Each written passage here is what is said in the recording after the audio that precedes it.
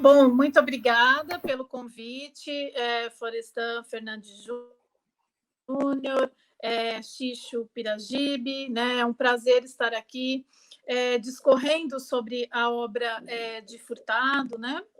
E ao professor Glauber também dividir esse importante debate, né, para nós não nos esquecermos dos nossos principais pensadores. Eu acho que essa memória ela é muito importante, né, quando nós queremos um país e uma agenda de políticas públicas consolidada e densa, né? Então, já agradeço imensamente a oportunidade, parabenizando também, né, a iniciativa. Bem, falar de Furtado é remeter a tempos gloriosos, né, do pensamento, de um arejar, né, do tempo em que o Brasil conseguia colocar todos os seus chamados policy makers, quer dizer, aquelas pessoas que pensam políticas públicas, que planejam políticas públicas e que executam políticas públicas, para pensá-las a partir de um viés teórico, sobretudo. Então, Furtado ele conseguiu juntar as duas coisas, né? Ele uniu uma intelectualidade e um arcabouço acadêmico e teórico que ele possuía em todas as suas obras, desde a sua atuação na CEPAL, junto à Prebisch, com a tese, né, de centro-periferia, quer dizer, ele conseguiu trazer a tese da CEPAL para a sua maior obra militante, eu digo, né? Militante porque, de fato, ele agiu na região Nordeste, transpondo essa tese quase que binária, né, entre o centro e a periferia. E por que eu digo que ele agiu como, de fato, como um policy maker, né? Porque a sua grande obra e toda a sua teoria conseguiu se consolidar quando ele pensa a região Nordeste, né? E a região Nordeste, ela começou de fato receber as primeiras intervenções no sentido de pensar uma desigualdade em 1909, quando o governo federal ele começa a tratar o problema da desigualdade no Nordeste relacionado ao problema das secas, né? Então, é aquilo que o professor Otamar de Carvalho trata no livro dele como problema, uma fase hidráulica. Quer dizer, o problema do Nordeste era a seca. Então, não plantava, o gado morria, aparecia na Rede Globo as cenas das secas, então o problema era esse. Então, todas as intervenções e a agenda governamental era voltado para a construção de açudes, para a acumulação da água, no intuito de resolver esse problema isolado, né? Entretanto, na verdade, a partir de 1950, com o próprio Furtado, ele inverte um pouco essa linha de atuação. No momento em que ele vai dizer o seguinte: olha, o problema do Nordeste não é a seca. Existem regiões do mundo tão secas ou mais como o Nordeste, e, no entanto, elas são produtivas. O problema do Nordeste é a falta de planejamento, né? E foi aí que começa toda a história e toda a intervenção. Né? Então, ele fica na CEPAL de 49 a 1956. Em 1953, ele volta para o Rio de Janeiro e ele começa a comandar o grupo misto CEPAL-BNDE, né? E cujo relatório desse grupo misto acaba se tornando o plano de metas do presidente Juscelino Kubitschek. Dando sequência, né, nos anos 50, que eu acho que é de maior efervescência, tanto no pensamento como na atuação de Furtado, em 54 ele escreve a Economia Brasileira, e em 59 ele se afasta da CEPAL e ele retoma e assume, né, a diretoria do BNDE. E, em seguida, ele é, então, convidado pelo presidente Juscelino Kubitschek para comandar o Grupo de Trabalho para o Desenvolvimento do Nordeste, o GTDN. E é aí que, de fato, começa uma agenda pública de intervenção governamental, uma agenda de políticas públicas, né? Então, a grande sacada do Furtado foi, munido de um arcabouço intelectual e teórico, não só nacional como internacional, porque ele já tinha uma bagagem teórica internacional, por toda a sua trajetória, ele começa a intervir na região Nordeste, criando uma agenda de políticas públicas, né?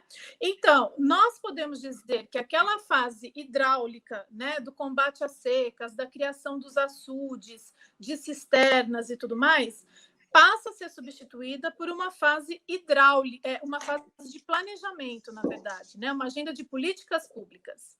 E por que Furtado decide combater tanto essa fase hidráulica? Bom, porque ele diz que nessa fase começa a se desenvolver uma série de apropriações, né, dessas políticas por parte dos latifundiários locais, das oligarquias locais, né, impedindo, de fato, que a região se tornasse palco de um planejamento articulado por parte do governo federal, junto com os governadores de estado. Então, o brilhantismo da ideia de Furtado foi, de um lado, desenhar toda a agenda de políticas públicas, então ele sabia exatamente a trajetória que deveria percorrer essa agenda. Isso ficou muito claro e fica muito claro no documento do grupo de trabalho do GTDN, né? E mais do que isso, ele teve a habilidade de, no momento em que ele desenhou a Sudene, de reunir todos os governadores dos estados nordestinos para pensar a região. Então, ele provoca, ao mesmo tempo, uma articulação federativa como nunca antes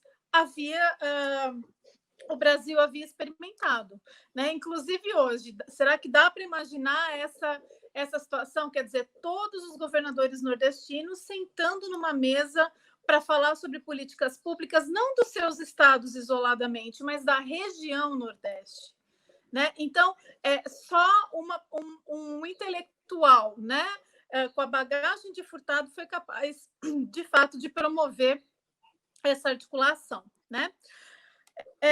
Nesse sentido, o GTDN dá as bases, né, para a criação da Sudene, e que não foi fácil essa criação. Cabe ressaltar que envolveu uma série de embates regionais, né? O plano de criação da Sudene ele foi aprovado em dezembro de 1959, 10 meses depois da sua criação. Quer dizer, os conflitos, né, eram muitos, e Furtado conseguiu estabelecer esse consenso. O ambiente...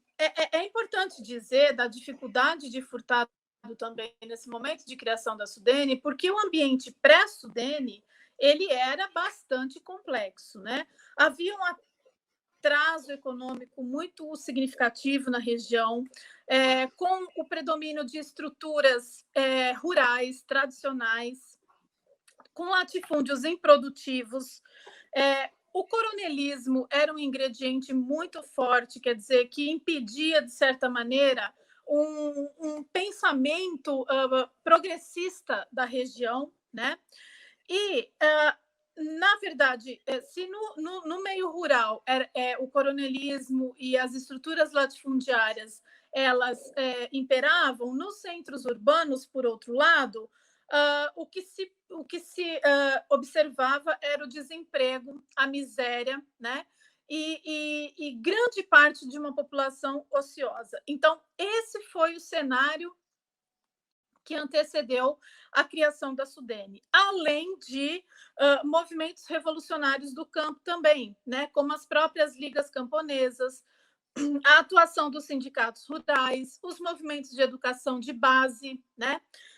E todo um enfraquecimento de uma economia regional. Quer dizer, nós tínhamos projetado, naquele momento, uma região Nordeste em ebulição, relacionada com uma hegemonia, né, do centro-sul do Brasil.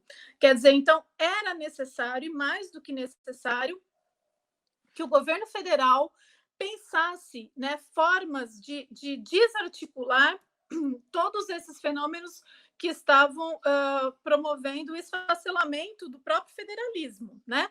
Porque se você tem, dentro do sistema federativo, uma região tão distante em relação às demais, isso acaba sendo prejudicial para a própria manutenção desse sistema federativo, né? Então, eu acho que a grande contribuição de Celso Furtado nesse sentido foi de agir como um teórico, né, desenhando uma agenda de intervenção e, ao mesmo tempo, agindo como um militante, né, ao conseguir promover o consenso entre aqueles atores tradicionais que faziam parte do cenário político do Nordeste.